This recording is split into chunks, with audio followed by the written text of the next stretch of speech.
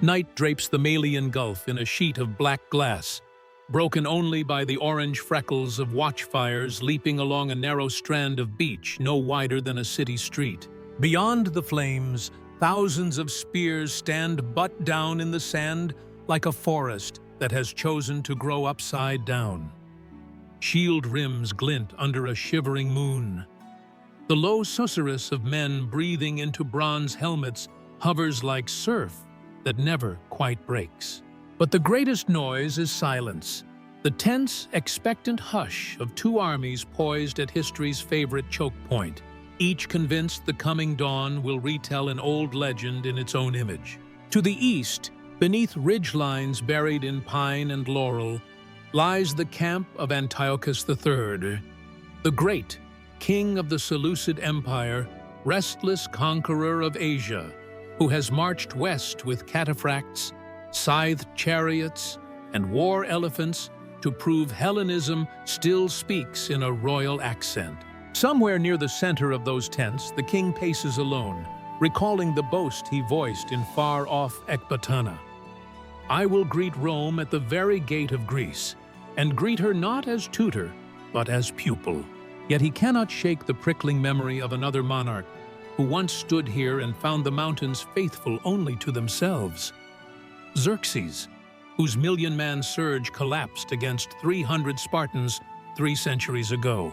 Across the marshy plain, barely a bowshot wide, sentries of the Roman advance guard cradle oval scuta and squint through the gloom, as if staring hard enough can peel back tomorrow's veil. They are professional soldiers, veterans of Zama and Cynocephalae, but even they taste unease. For the first time in living memory, Rome does not hold high ground. The bottleneck favors the defender. And the defender tonight is not some band of pirates, but an empire whose frontier reaches from the Hellespont to the Hindu Kush.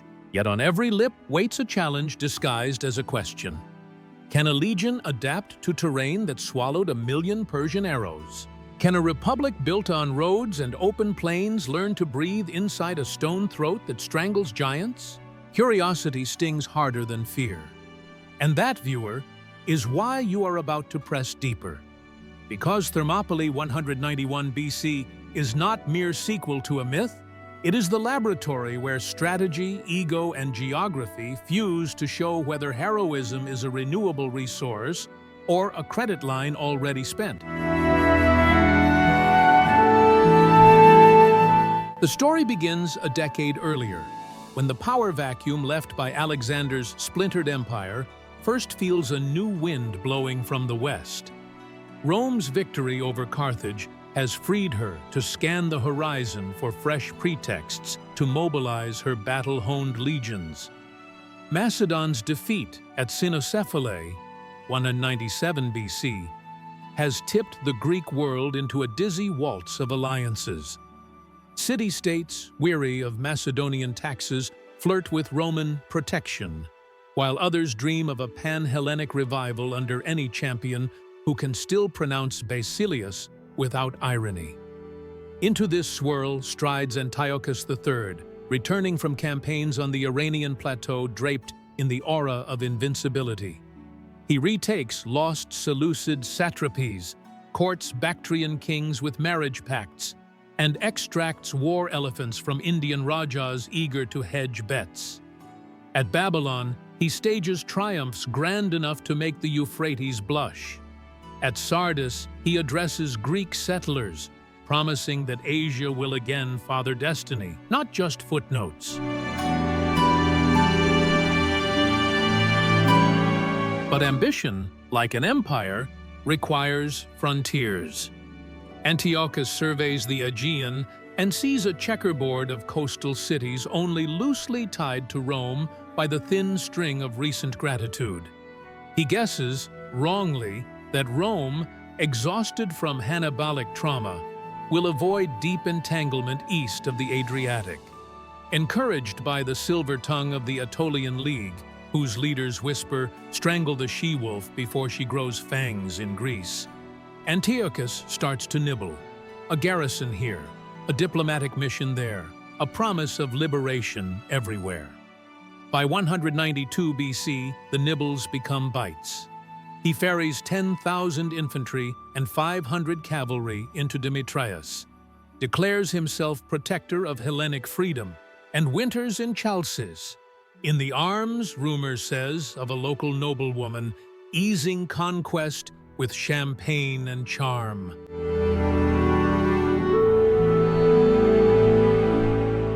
The Roman Senate receives panicked envoys from Pergamon and Rhodes warning that the Seleucid king is forging alliances quicker than marble cracks in winter frost. Memories of Pyrrhus's mercurial invasion a century prior still smart. But Rome does not rush. She selects.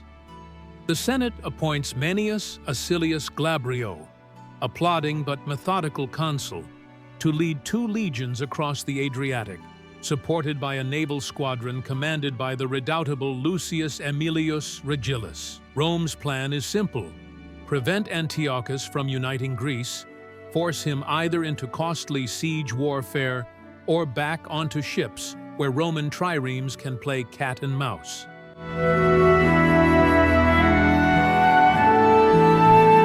Antiochus, however, chooses neither option. He knows legend. Narrow passes amplify courage, equalize numbers. He recalls that Xerxes lost not by arithmetic, but by arrogance. Had the Persian king flanked Leonidas earlier, the hot gates might have cooled Sparta's legend for good. Antiochus intends to correct that oversight with something Spartans never faced: elephants, long-range archers, and a corps of Aetolian skirmishers who know every goat path in Mount Oeta's shadow. He occupies Thermopylae in February 191 BC, spends a month fortifying tumble-down walls first built by the Phocians, and strings wooden towers along the beach where warm sulfur springs fume like smoking cauldrons, hence Thermopylae, the hot gates. His force numbers perhaps 10,000 Aetolian militia, 6,000 Ionians, 3,000 elite Argyraspides, Silver Shield Guard, 2,000 Galatian mercenaries, and nearly 3,000 hardened cataphracts, plus 15 elephants and engineers trained in Eastern siegecraft. Enough, he believes, to bar Glabrio's 15,000-strong legionary host, whose cavalry is limited by slushy Greek winter roads.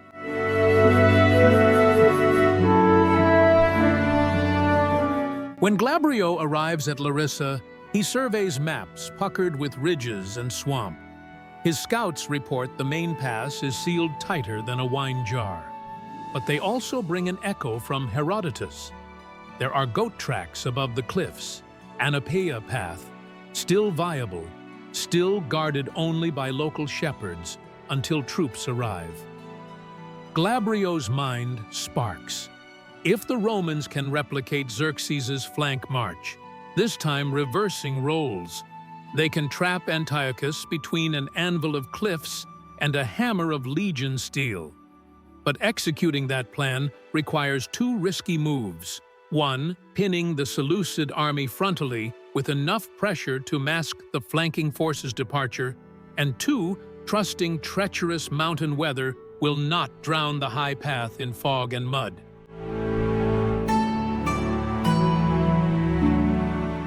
He turns to Marcus Porcius Cato. Yes, the future Cato the Elder, then serving as senior legate. Cato loves terrain almost as much as he hates Carthage. He volunteers to lead 2 cohorts of light infantry, approximate 1,000 men, plus 500 allied war-hardened Apulian skirmishers up the Anapeia, under cover of darkness. Glabrio approves, sets H-hour for the 3rd night. With plan in motion, the consul deploys his main force opposite the hot gates, arraying maniples in 3 reinforced lines punctuated by artillery pieces, lighter scorpiones capable of lobbing bolts into enemy towers. Every move is theatrical. Drums roll, standards dip, legionaries chop trees to build ostentatious ramps, pretending to ready a direct assault. Antiochus watches from the stone parapet, once crowned by Leonidas, and sees what he expects: Romans trying to transform terrain into their usual playground of frontal discipline. He doubles the frontline pachyderms, strings archers in gaps, and orders night watches increased, but only at the pass. The mountain crest he dismisses as suicide ground for any heavy infantry.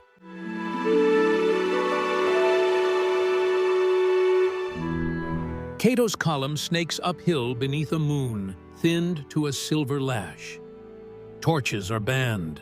Only glowworms and starlight guide slick sandals over mossy stone. Halfway up, drizzle turns the track into a ribbon of treachery. Men slip, swear, continue. At the summit ridge, they ambush a picket of 30 Aetolian shepherd soldiers, killing all but 2 who escape downhill.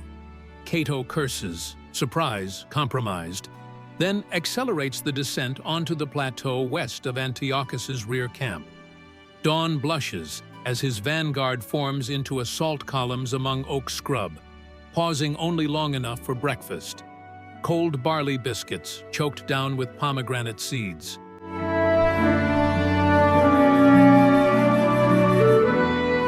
Down in the pass, Glabrio strikes like a choreographer dropping the curtain. Legion bugles bray. Frontline velites dash forward, hurling pila not for killing, but for chaos. Each heavy shaft lodging in shield facings, ruining balance. Behind them, legionaries advance in the famous triplex aces. But because the pass is narrow, cohorts stack one behind another, turning manipular flexibility into a battering ram of depth. At 30 paces, they unleash pila again, and this time the iron shafts punch gaps in the Aetolian line, while scorpion bolts rattle wooden parapets.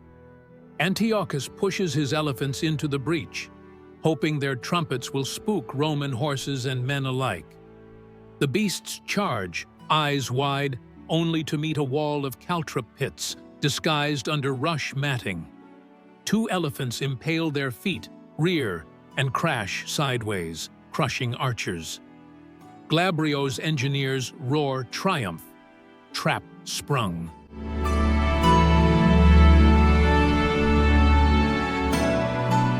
Yet Antiochus rallies. Dragging spearmen into phalanx formation, he orders a Galatian wedge to countercharge. Naked torsos smeared with lime war paint. The Galatians howl and slam into the Roman front. For a moment, legion shields buckle under raw momentum. A signum standard topples. Panic flutters along the line, but centurions whip order back like muleteers snapping reins. Pilus by pilus, yard by yard, the Romans brace, absorb, and then pivot. Where the Galatian wedge narrows, legionaries on the wings sidestep inward, stabbing into exposed ribs. The wedge implodes, leaving a writhing heap of flesh and bronze. Antiochus realizes the front may hold, but only just.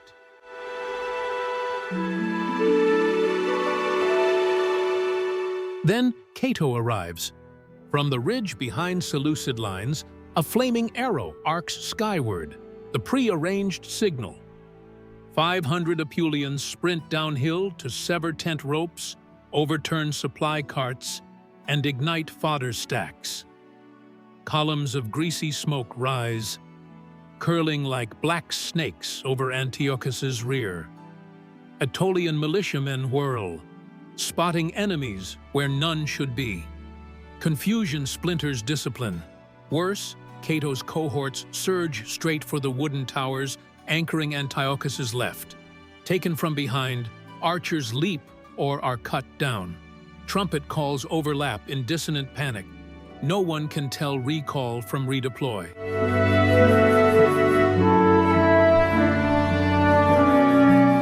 Antiochus has one card.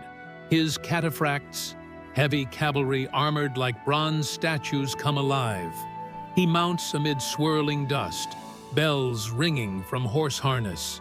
With a shout, he leads 2,000 lancers toward the Goat Path breach, hoping to pierce Cato's lighter infantry before Romans consolidate.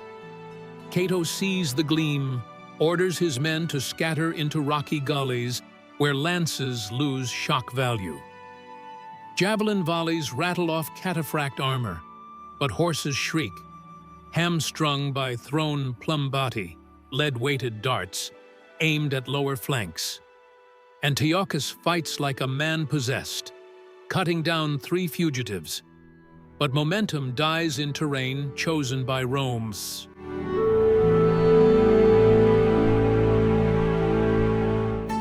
Below, Glabrio senses collapse. He commits his last reserve, 2 cohorts of triarii, men whose spears are as long as their service records. They march with almost ritual calm through the mangled front ranks, plant long hastae, and begin a deliberate push. Seleucid lines, already unraveling from rear panic, fold. Elephants, spooked by smoke and trumpet discord, bolt sideways, trampling friendly mercenaries. Antiochus rides toward the melee, only to see his personal banner, a golden bull, topple under a scorpion bolt that pins its bearer to a poplar trunk. The symbolism guts morale. One by one, shield walls open like doors in a burning house.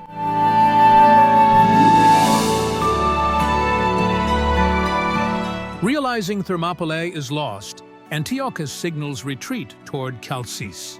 His cataphracts form rearguard, sacrificing themselves in staggered charges to buy minutes. Legionaries pursue only far enough to clear the pass.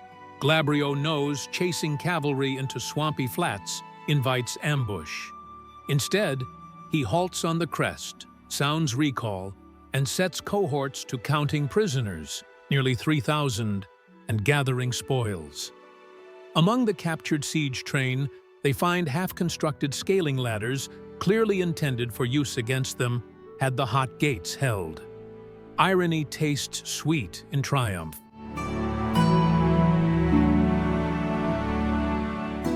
Antiochus flees by sea to Ephesus, leaving Greece to the mercy of Roman diplomacy. The Aetolian League, abandoned, sues for peace within months. Perseus of Macedon, watching events like a fox outside a lion's den, quietly shelves plans to join any anti-Roman coalition, for now. And Rome, newly aware that passes need not always hem her ambition, begins drafting blueprints for future Alpine campaigns that will one day shatter even Hannibal's ghost.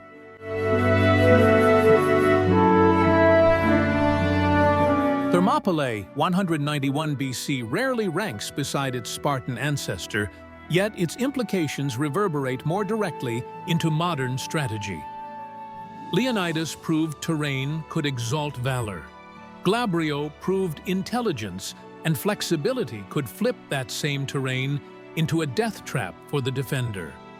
Antiochus entered Greece believing legend would fight on his side. Rome answered that legend obeys no king, only the general willing to reinterpret it. In the end, a narrow pass did not prevent empire. It revealed whose imagination traveled farthest.